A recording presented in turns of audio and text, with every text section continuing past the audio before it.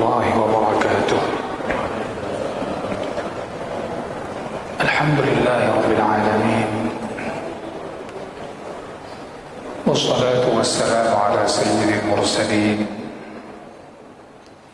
وعلى آله وصحبه أجمعين ومن تبعهم بإحسان إلى يوم الدين. أما بعد، قال الله تبارك وتعالى في كتابه الكريم بعد أعوذ بالله من الشيطان الرجيم: يا أيها الذين آمنوا اتقوا الله حق تقاته ولا تموتن إلا وأنتم مسلمون.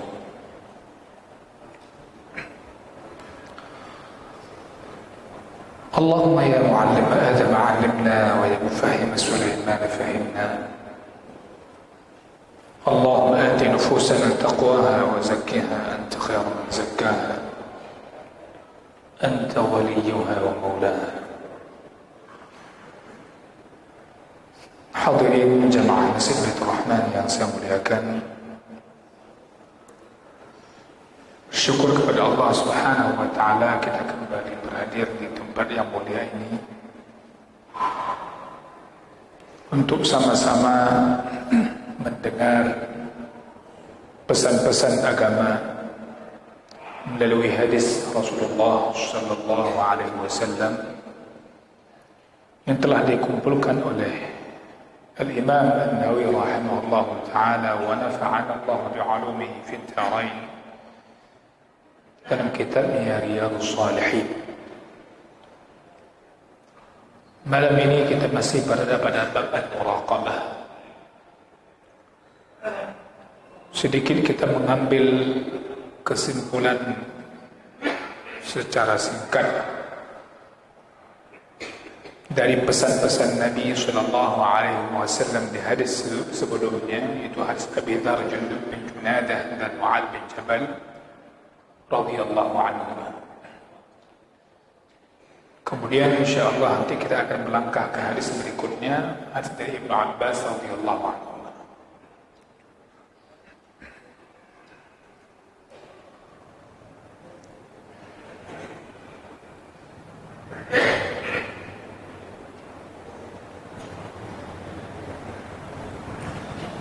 Hadirin yang saya muliakan,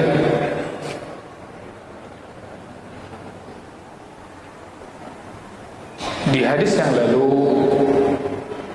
kita dipesankan 3 pesan. Ada wasiat dari Rasulullah sallallahu alaihi wasallam. Yang pertama, wasiat bertakwa kepada Allah di mana saja kita berada. Ini wasiat yang sangat agung. Ketiganya ini wasiat-wasiat yang sangat besar sekali kedudukannya. Yang pertama, bertakwa kepada Allah Subhanahu wa taala. Ini kita ulangi biar kita ingat. Dalam Al-Quran banyak sekali pesan takwa dan berulang-ulang. Sebagaimana perintah iman juga berulang-ulang.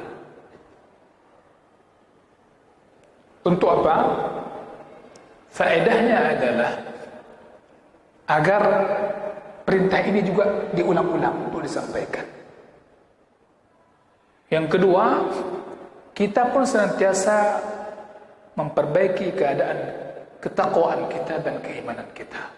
Terus tajdid, memperbaharui.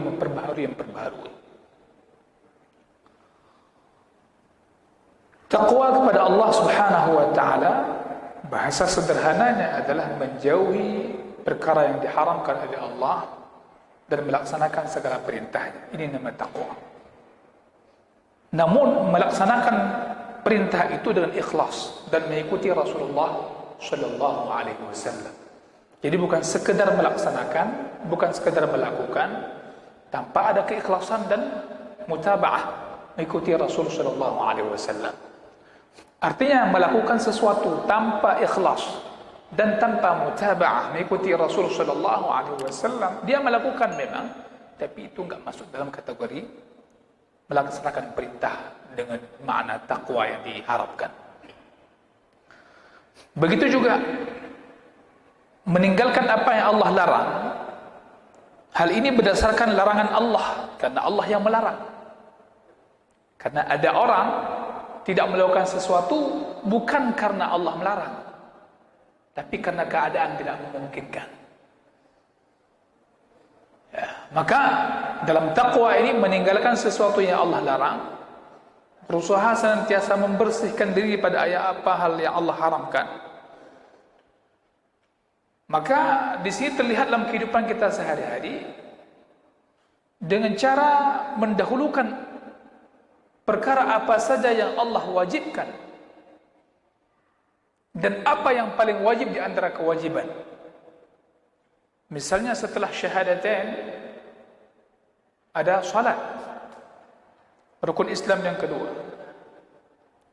Maka salat ini kita lakukan sempurna dengan syarat-syaratnya, rukun-rukunnya, wajib-wajibnya. Kita sempurnakan dengan sesempurnanya. Maka ketika kurang dari salah satu syarat di antara syarat salat atau kewajiban di antara kewajiban dalam salat, bahkan kalau meninggalkan rukun di antara rukun salat, fa innahu lam yattaqillah. Maka orang yang demikian dia belum bertakwa kepada Allah, belum bertakwa kepada Allah. Salat dia, tapi masih ada yang kurang dalam salatnya. Kan rukun ada yang tinggalkan, syarat ini ada yang terabaikan. Maka dia belum bertakwa dengan takwa yang diharapkan ideal, ya, dalam hal salatnya. Akan tapi di sini ada kekurangan dalam ketakwaannya. Sekadar apa seseorang meninggalkan perintah Allah, maka sekadar itulah, seukuran itulah berkurang ketakwaannya. Nah, saya ingin sampai kepada pemahaman ini. Sesempurna apa seseorang melakukan perintah Allah, maka sesempurna itulah dia bertakwa kepada Allah dalam hal perintah tersebut. Salat misalnya tadi, ada yang kurang dari salatnya, maka seitulah ukuran ketakwaannya berkurang dalam masalah salat. Hadirin berbahagia, begitu juga dengan zakat dan lain sebagainya.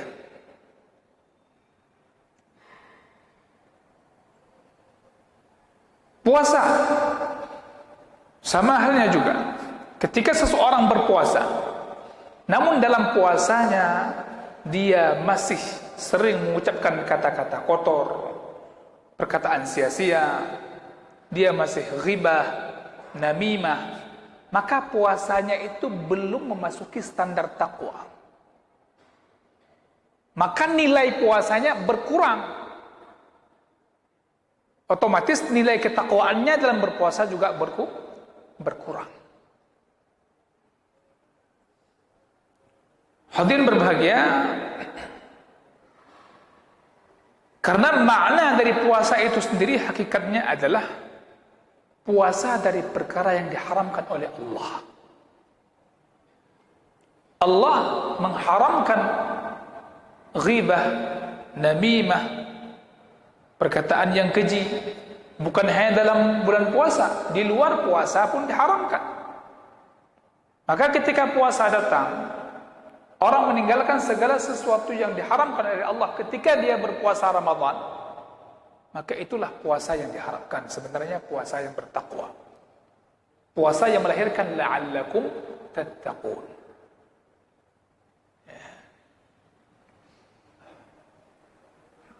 Hadirin yang saya muliakan, pesan yang kedua, kesimpulan hadis yang lalu adalah wasiat yang agung yang kedua, mengikuti kebaikan, melakukan kebaikan setelah sebelumnya melakukan keburukan. Niscaya kebaikan itu akan menghilangkan, menghapus keburukan sebelumnya. Artinya, hari-hari kita melakukan aktivitas dalam kehidupan kita sehari-hari pasti ada salah. Salah, dosa, langsung setelah itu susuli dengan kebaikan. Karena kebaikan itu bisa menghapus kesalahan, keburukan sebelumnya. Dan kebaikan yang paling bagus setelah keburukan adalah bertaubat kepada Allah Subhanahu wa taala. Dan ini yang Allah suka. Innallaha yuhibbut tawwabin wa yuhibbul mutatahhirin. Hadirin yang saya muliakan, termasuk kebaikan di sini adalah amal-amal saleh. Yang mana amal saleh tersebut menghapus keburukan sebelumnya kita lakukan. Salat 5 waktu, antara satu waktu salat ke salat berikutnya, itu bisa menghapus jadi kafarat. Jumaah ke Jumaat, Ramadan ke Ramadan, itu menjadi kafarat bagi dosa kita selama kita menjauhi dosa besar. Dalam hadis yang lain, riwayat yang lain disebutkan al-umratu ila al-umrah juga, antara satu umrah ke umrah berikutnya, itu juga meleburkan dosa. Dan kesimpulan yang ketiga, pesan yang ketiga dari hadis yang lalu adalah wa khaliqin nasa bi khuluqin hasan. Berakhlak dengan manusia dengan akhlak yang mulia, dengan akhlak yang baik. Maka kita pahami dua pesan Nabi yang tadi, yang pertama dan yang kedua tadi itu berkaitan dengan kita dengan Allah Subhanahu wa taala. Sedangkan yang ketiga ini muamalah kita dengan makhluk. Maka ini tidak ada yang bisa kita anggap kecil. Muamalah dengan makhluk, jumpa, senyum, jumpa, sapa, itu tidak ada yang kecil dalam neraca kebaikan. Tidak ada yang kecil. Itu besar di sisi Rasulullah sallallahu alaihi wasallam. Ya, apa sulitnya senyum? Apa sulitnya sapa? Ya. Dan mengucapkan salam. Dan di antara akhlak kita dengan manusia adalah jujur dalam perkataan. Ini yang luar biasa. Banyak hadis-hadis yang lain yang Nabi menyebutkan keutamaan akhlak yang baik. Sampai-sampai Nabi SAW menyebutkan orang mukmin yang paling sempurna imannya adalah yang paling bagus akhlaknya. Ya. Akmalul mu'minina imanan ahsanuhum khuluqa. Hadis riwayat Tirmidzi dalam kitab Al-Iman. Jadi orang mukmin yang paling sempurna keimanannya adalah mereka yang paling bagus akhlaknya. Rupanya keimanan kita itu bisa terlihat pada akhlak kita. Pengetahuan tentang teori akidah semua orang bisa menyampaikan. Tapi itu belum betul menunjukkan kesempurnaan iman kita. Tapi terlihat pada akhlak.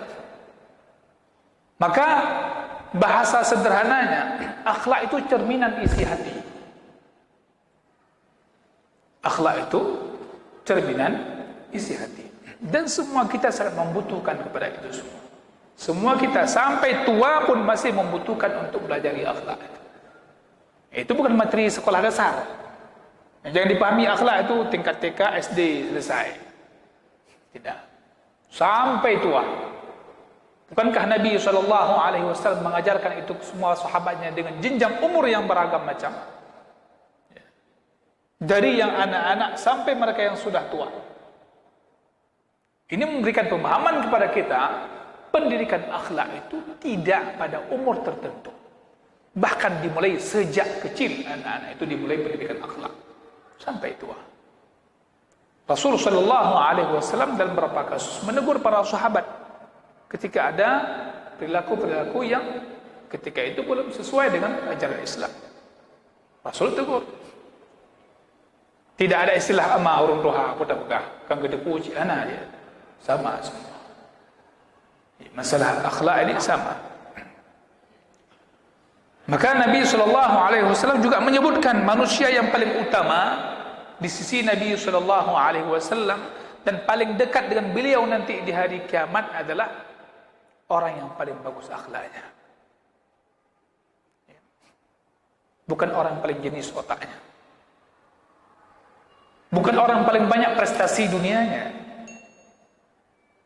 Bukan orang yang paling bagus ranking sekolahnya, pendidikannya. Tapi yang paling bagus akhlaknya.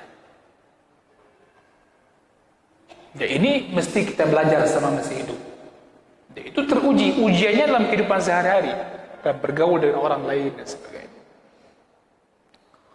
Hadirin berbahagia, maka jagalah ya, untuk saya sendiri, kita semua, 3 pesan Nabi SAW dengan baik. InsyaAllah kita akan berjumpa dengan Nabi nanti di hari kiamat dan akan bersamanya.